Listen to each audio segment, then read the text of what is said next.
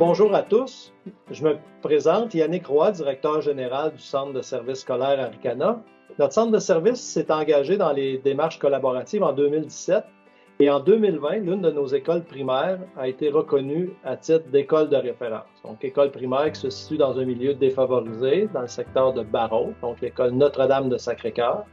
Et aujourd'hui, c'est avec grand plaisir que je tiens à vous présenter pas l'une, mais deux excellentes directions qui pilotent et qui ont piloté le projet. Tout d'abord, permettez-moi de vous présenter Mme Nancy Letourneau, qui est vraiment l'instigatrice du projet à NDSC, et ainsi sa collègue, donc Annick Saumur, qui a pris la relève durant la dernière année. Nancy, selon toi, quel a été l'élément déclencheur qui a amené cette culture collaborative-là à l'école de Notre-Dame du Sacré-Cœur?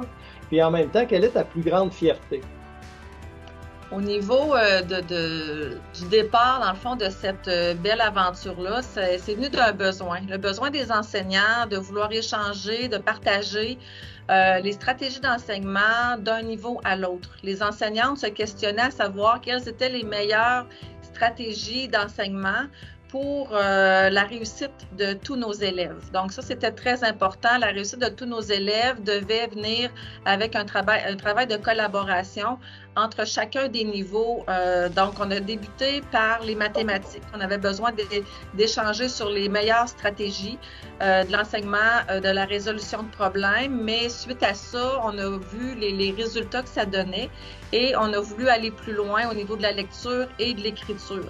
Alors, on s'est donné du temps de qualité pour pouvoir échanger sur ces stratégies, ces pratiques-là. Ma plus grande fierté, c'est vraiment d'avoir amené les enseignants à échanger et d'avoir eu la confiance des enseignants qui ont suivi, qui ont partagé tout au long de ces dernières années là, cet effet d'équipe collaborative. Là.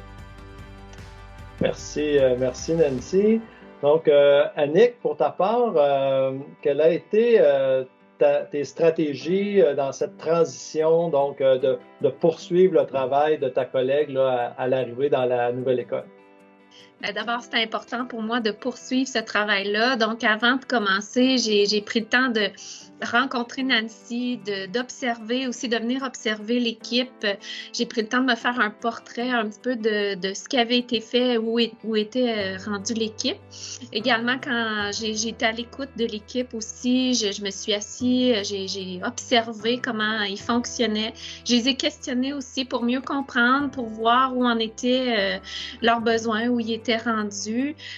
Avec l'équipe de pilotage, en lien avec le projet éducatif, on a réfléchi aussi à comment on pouvait amener nos équipes, là, dans le fond, l'équipe un peu plus loin.